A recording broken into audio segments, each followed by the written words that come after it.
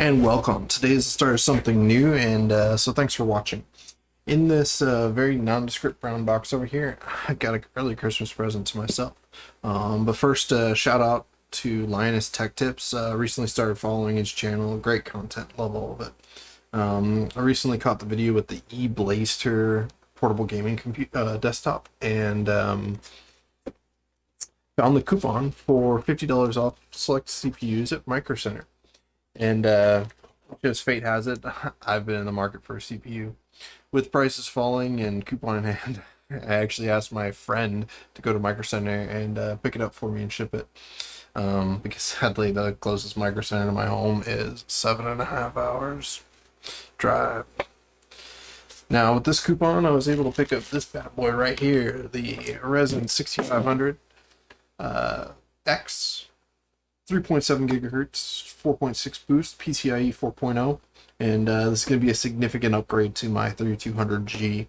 And at $159.99 with $20 shipping, this is an insane deal. Couldn't pass it up. Now, this isn't going to be an unboxing video or benchmarking. Instead, I want to share my experience with upgrading my CPU. This is not going to be an easy task. Before we get started, let's take a look at my setup and commiserate with my momentous task that I have before me.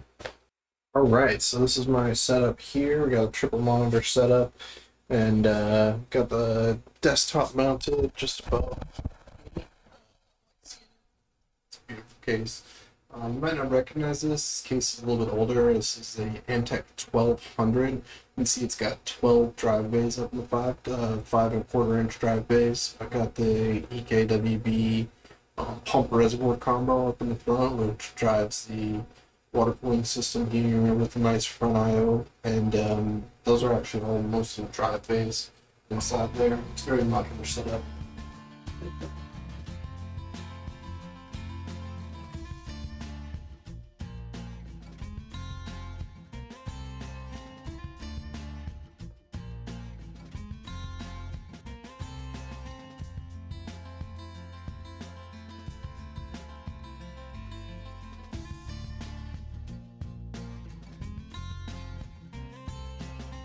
Alright, so here we got the Ryzen 5600 processor. I bought a SATA powered PWM for some fans that I need to upgrade, and first things first, I gotta clean up this case.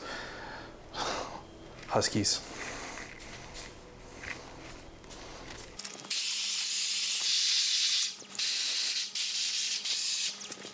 Really cool feature about the Antec 1200 is there's actually fan filters on each one of these drive bays.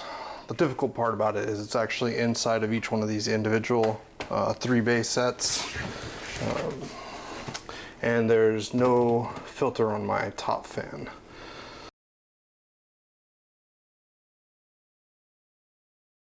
You can see that I put LED strips on here. These are all UV, so purple LEDs. They illuminate black lights essentially. But I've also added this DC power connector, barrel connector here. Makes removing the lighting that's attached to the case, makes it a whole lot easier to remove.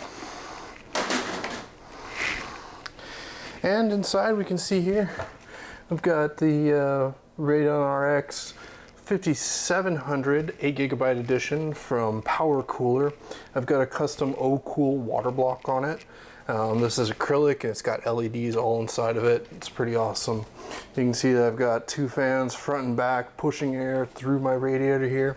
I've got the Corsair air block, and each one of these drive bays here, you can see that this entire thing is 5.25-inch drive bays. I do have some modifications inside to be able to store SATA drives or anything like this, but I do have the Samsung or the Western Digital Black SNS750 mounted inside there for my NVMe drive. I've also got 4 disk platter drives ranging between 1 and 4 terabytes each. I've also got 2 SATA drives in there, and then the front I/O panel here with the cards and everything.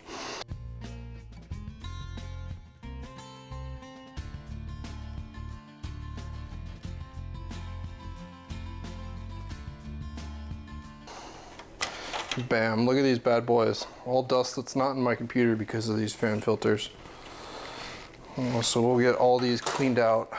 These are actually modular drive bays. The fan is mounted inside of here, so that's why you can see the cords are holding on to it, so I can't take it out all the way.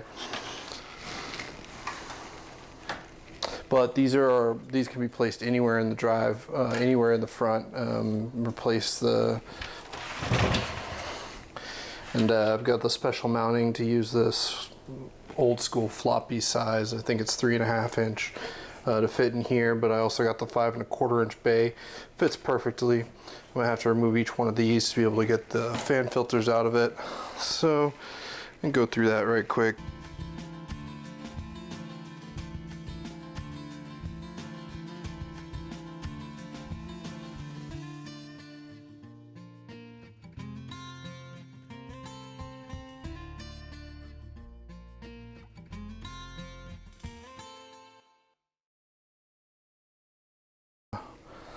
The RGB that I got set up in here, obviously I've got 2 fans here. These have the, these are actually from iBuyPower.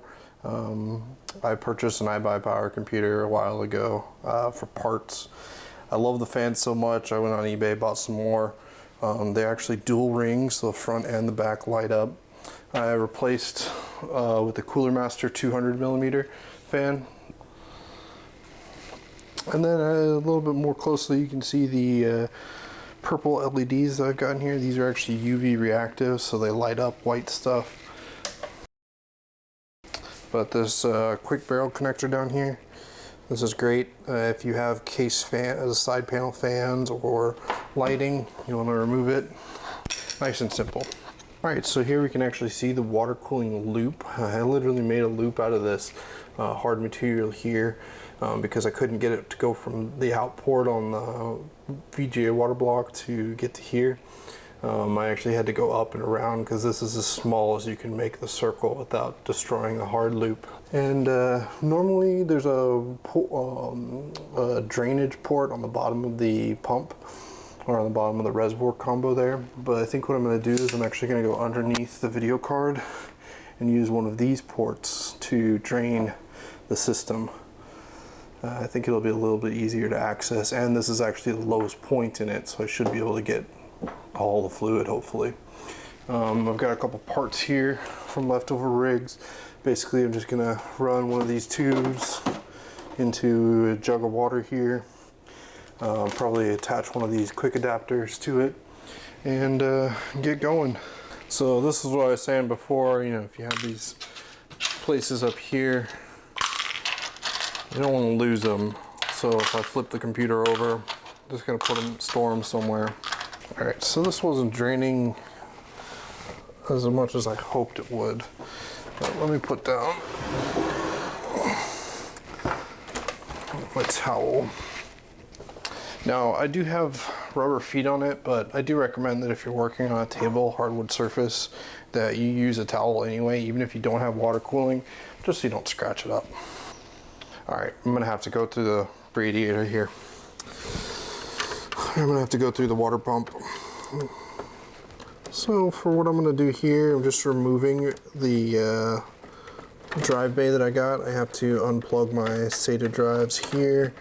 And I'm also going to have to, from this side, unplug the fan connectors. Cool. And once the fan bay is out like this, so you get time to actually show off these drive bays. You see I have an adapter here so that this drive bay fits in here. This is actually the Allen wrench that came with the unit. This thing is so weird. It's so tiny, but it's so thick.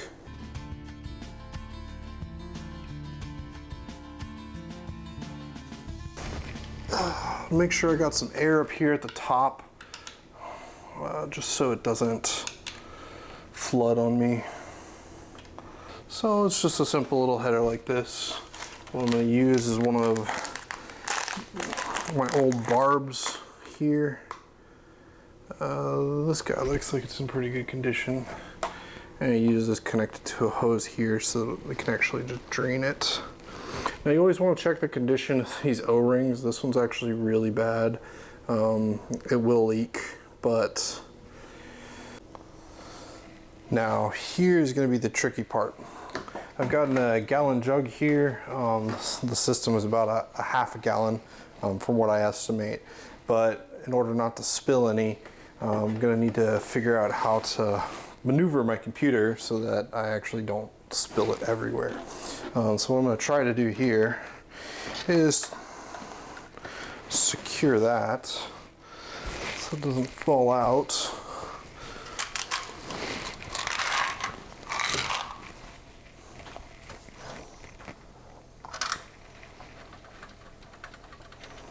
I already removed the top one, so I just need to secure the, I already removed the middle one, so I just need to secure the bottom one here.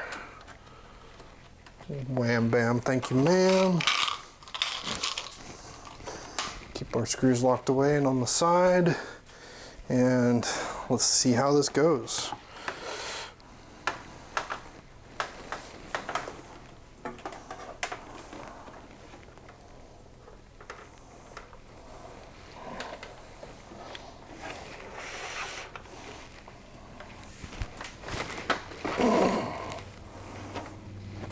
All right, now one of the problems here is now we have to introduce some air into the system because it's going to take a long time to drain just by little bit by little bit.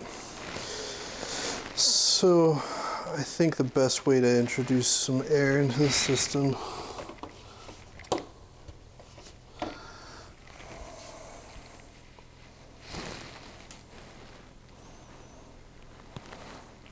we're going to let it think about this, what it's going to do here for a little bit.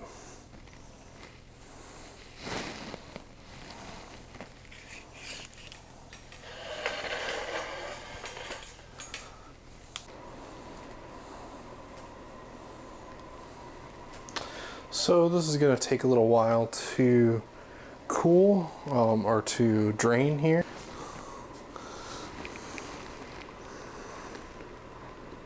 So you can see that that's draining through the water block here for the GPU. Looks like it got a little bit of drainage on the CPU. Worried about this gunk inside of this tube. I don't want to have to replace it, but I think I can figure out a way to clean that. And we're getting a little bit by little bit into the system down here. So I think this is going to be a little bit about just a waiting game. Alright, so I stepped away and I grabbed a couple things. I grabbed a toothbrush, some Q-tips, and one of my wife's makeup brushes. This is actually really useful for if you get thermal compound anywhere on the computer that's not the CPU's lid. Then any of these tools can help you get it off, especially if it gets under the pins. These brushes are great. You'll just use the isopropyl alcohol and dip this in there and then just kind of scratch it off. Another thing that I always like to have on hand for computer building is these alcohol swabs. These are just small little things. These are usually for diabetics when they do their testing, but it's just inside. It's a small little pad soaked in isopropyl alcohol, and I mean a box comes in 400. They're like $10–15 a box, so it's great when you're trying to clean up computers or do something that you need alcohol for. Bam, you've already got a little moist towelette with isopropyl alcohol on it. Alright, so we got the security tape off here of our processor box. Go ahead and get this bad boy opened. And I just want the CPU. Now, always want to just check, make sure, looking at the pins back here, usually there's like a foam pad they put behind here. I guess not. Got the sticker here. You can add it up here to my collection. I've got G-Skill memory, Asus, AMD Phenom 2, and now AMD Ryzen 5. I don't know what happened to my Ryzen 3 sticker. I'll just go ahead and put that guy up there. Boom. Toss in the Ryzen 3 if I ever find it again. And let's check what else we got in here for the unboxing. Now I'm not going to use this CPU cooler, but it's got a pretty nice cooler here. It's already got the thermal compound applied to it, and from what I remember, they're pretty great. But I've honestly had water cooling in my computer since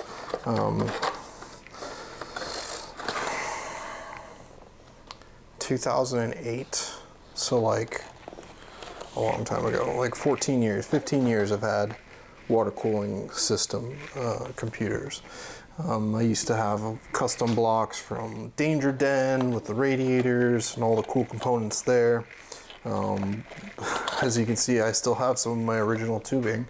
This tubing is probably 15 years old, but I still use it for drainage purposes and keep a little bit of extra around in case I need to connect up a loop or do something in the middle there. So we've got our processor here, and we just want to make sure that all the pins look good, nothing's bent, looking good. So that guy's going to get ready to throw right into our computer once we get this water block off. Anybody want a spoon? Spoon? I use that to remove some of the screws down here. Now these are tensioned to the back panel. One of the things I do not like about this case is that there is no rear I/O plate. There's no cutout in the back, so it doesn't make it easy to remove.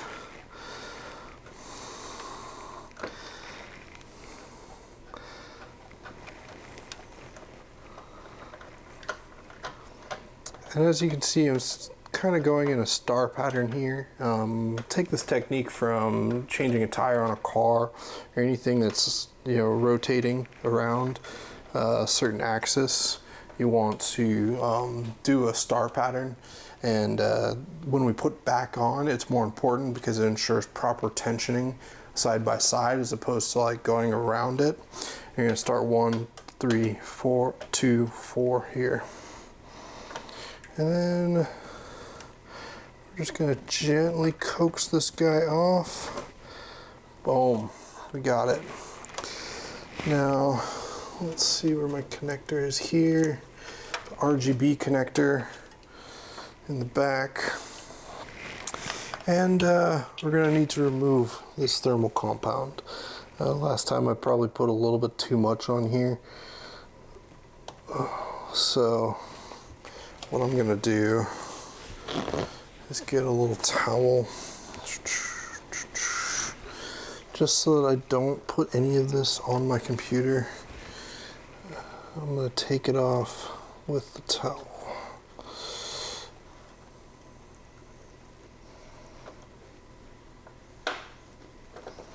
You need to make sure you open up that arm until you hear a click. That's gonna make sure that you have removed this completely. And I'm just going to go ahead and set this down here. I will clean that up, but let me show you why these alcohol pads are so great. Members Mark got it from Sam's Club, but you can also buy them at Walmart, Publix, pretty much anywhere that's going to sell medical supplies. You can get it in there like that. And easy squeezy. Now usually when I'm dealing with thermal compound, it takes quite a few to get it off, but you know, no more than 2 or 3 of these little things. And it's really not a bad deal when you're talking about it. I mean, for essentially 10 cents or something, you're able to get these little pads. And I can go ahead and actually show this a little bit closer to the camera. Let's turn the light over here. So just using this, and it comes right off. Bam. No mess, no deal.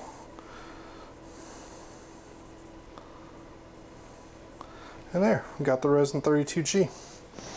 Ready to pop into a new system. We'll actually be looking for a motherboard and RAM combo. I have a Athlon 2 computer that I want to upgrade a little bit. I think a X4 for,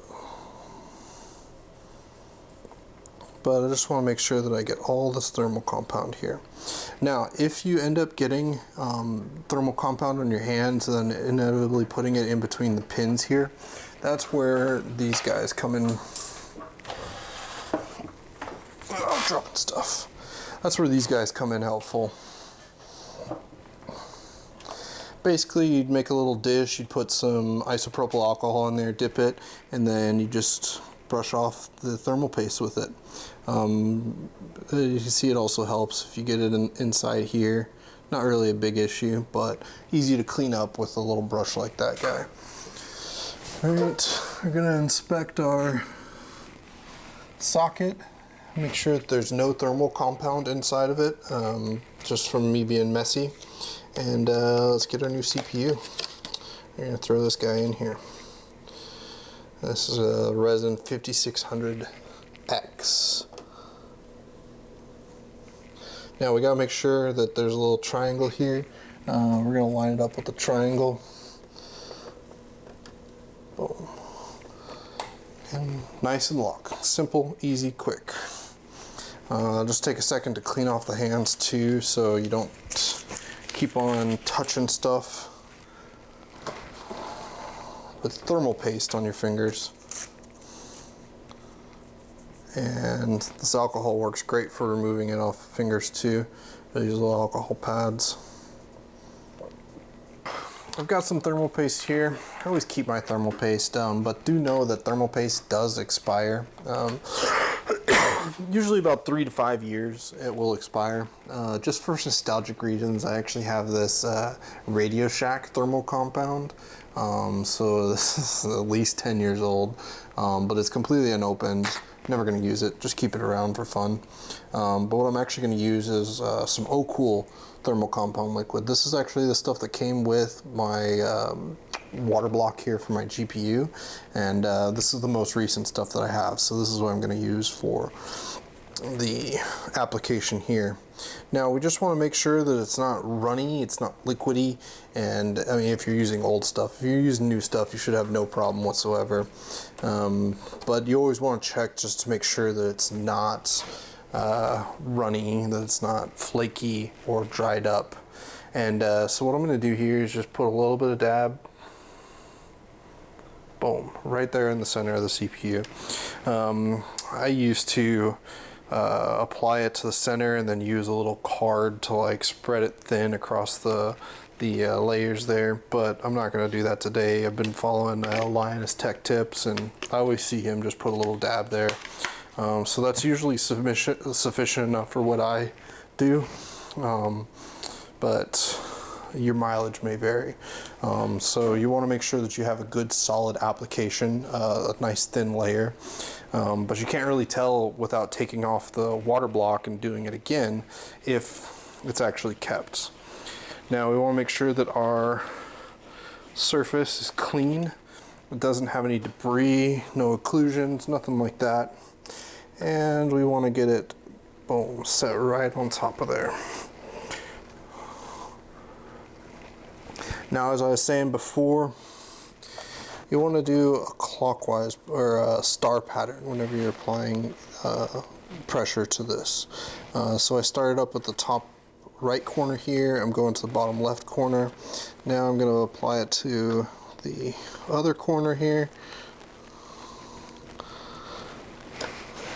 And finally, I'm going to go for the top corner just to seat it on here. I'm not actually using this to tighten it down all the way yet. I just want to make sure that they're all seated inside their little screw holes. And now I'm going to start tightening it down. Using that star pattern, I'm going to tighten it down until it pretty much stops moving. You don't want to over tighten it. It will be hard to take off when you do it again, so don't want to over tighten them, but just finger tight should be sufficient. Boom, new CPU installed. Now the next step here is I got to install this guy, and I gotta find a power connector for him and make sure I have enough extra space. So I'm gonna go ahead and start getting done with that after I clean this up.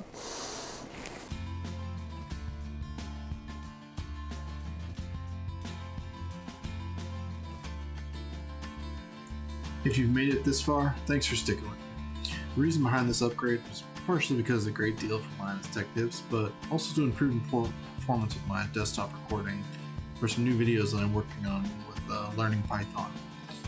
Depending on how this goes, I'd also like to share some photography, videography, and aerial imaging tutorials and content. If that interests you, make sure to like and subscribe, and thanks for sitting down with me. Be safe out there in YouTube land.